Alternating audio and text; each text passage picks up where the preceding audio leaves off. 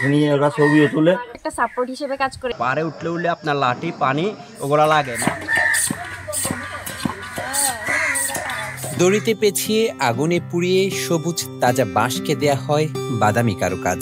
এরপর এগুলো বিক্রি হয় পর্যটকদের কাছে। চট্টগ্রাম জেলার সীতাকুণ্ড উপজেলার মহাতীর্থ চন্দ্রনাথ ধাম ও এখানকার প্রাকৃতিক অপরূপ সৌন্দর্য দেখতে আসা পর্যটকদের কাছে দিন দিন এ লাঠি নির্ভরতার প্রতীক হয়ে উঠেছে। আর এতেই রঙিন বাঁশের লাঠি তৈরি করে নিজেদের জীবিকার উৎস খুঁজে পেয়েছেন এখানকার অন্তত ৩০টি পরিবার।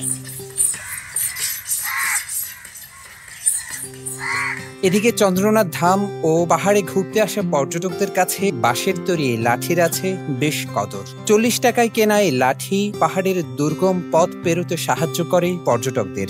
এতে এখানে ঘুরতে আসা পর্যটকরাও বাদামি কারুকাজের সুন্দর এই লাঠি কিনে বেশ খুশি। আমরা নর্মালি পাহাড়ে উঠতে গেলে তো আমাদের নিজের বডির উপরে প্রেসার দিতে হয়, আর উপরে উঠতে গেলে হচ্ছে আমাদের ওজনটা কমতে থাকে। তো এই লাঠিটা হচ্ছে একটা সাপোর্ট হিসেবে কাজ করে। এই কথা চিন্তা করেই হয়তো বা ওরা হচ্ছে আমাদের জন্য এই লাঠিটা বানিয়েছে। এই জন্য আমরা ৪০ টাকা দিয়ে লাঠিটা কিনে এখন যাচ্ছি পাহাড় দেখতে। প্রতিদিন এই পাহাড়ে উঠি, তো এই পাহাড়ে উঠতে গেলে সাপোর্টিংয়ের জন্য এই লাঠিটার খুব প্রয়োজন হয়, কারণ এই লাঠিটা থাকলে অনেক হেল্প হয়। আর আমাদেরকে প্রতিদিন যাতায়াত করতে আমাদের অনেক সুবিধা হয় লাঠির মধ্য দিয়ে। সীতাকুণ্ডের পৌর এলাকার ভূঁইয়াপাড়া গ্রামের অন্তত ৩০টি পরিবার প্রতিদিন ব্যস্ত সময় পার করছেন বাঁশের কারুখচিত লাঠি তৈরিতে। আস্ত একটি কাঁচা বাঁশ সংগ্রহ করে নানা প্রক্রিয়ার পর আগুনের ছোঁয়ায় এটিকে দর্শনার্থীদের কাছে পণ্য হিসেবে পৌঁছে দিয়ে তারা নিজেদের সংসারেও সচ্ছলতা ফেরাচ্ছেন। ৩০ পরিবার আছে, ৩০ পরিবারে এই লাঠি তৈরি করে এখানে টুরিস্টের থেকে বিক্রি করে আবার টুরিস্টও আছে এখানে, মনে করেন যা আছে এখানে তীর্থযাত্রীও আছে, তীর্থযাত্রীগড়ও নেই, সবাই মিলাই ধুলাই নেয় নিয়ে উপরে উঠে। পারে উঠলে আপনার লাঠি পানি ওগুলা লাগে।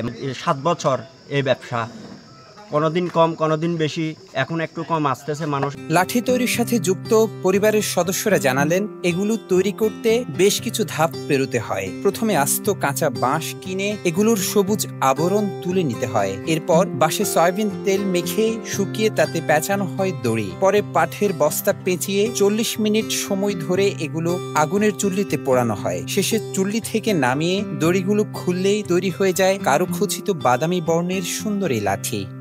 আমরা আগে কাঁচা কিনে আনার পরে এগুলো আস্তায় তারপর তেল লাগায় এগুলা আগুনও পুরানো। থাকার পরে এটা ২-৩ বার করে উল্টাতে হয়, পানি মারতে হয়।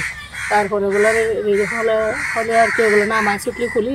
এগুলো আমাদের একজনের চিহ্ন আছে, এটা লম্বা লাগায়, তারপরে এটা ফসি বাঁধি আবার গাড়ি করে এখানে দোকানে পাঠাতে হয়। চন্দ্রনাথ ধাম এলাকায় গড়ে ওঠা লাঠির দোকানে স্তরে স্তরে সাজানো লাঠিগুলো বিক্রি হয় প্রতি পিস ৪০ টাকা দরে। এতে তাদের খরচ পড়ে ৩০ টাকার মতো। বিক্রিত লাঠি ঘুরে ফিরে এসে পর্যটকরা আবার জমা দিলেই ২০ টাকা ফেরত পাওয়া যায়। এভাবে প্রতিদিন তারা ১৫০০ থেকে ২০০০ টাকার লাঠি বিক্রি করেন। তবে বিশেষ ছুটির দিনগুলোতে বিক্রির মাত্রা ছাড়িয়ে যায় ১৫ থেকে ১৬,০০০ টাকা পর্যন্ত। যে সময় সরকারি বন্ধ থাকলে লোক হয়, বন্ধ না থাকলে লোক কম হয়। একটু সুন্দর আছে লাঠি নিয়ে ওরা ছবিও তুলে, আর একটু মনে করেন সাপোর্টও পাওয়া যায়। লাঠি একটা আমরা ৪০ টাকা জমা নিই, ফেরত দিলে আবার ২০ টাকা করে দিয়ে দিই। আবার কিন্তু ফাটালে লাঠিগুলো আপনার ফেরত হয় না। এখানে চট্টগ্রামের সীতাকুণ্ড থেকে সৌমিত্র চক্রবর্তীর তথ্য ছবিতে মিজানুর রহমান, কালের কণ্ঠ, চট্টগ্রাম।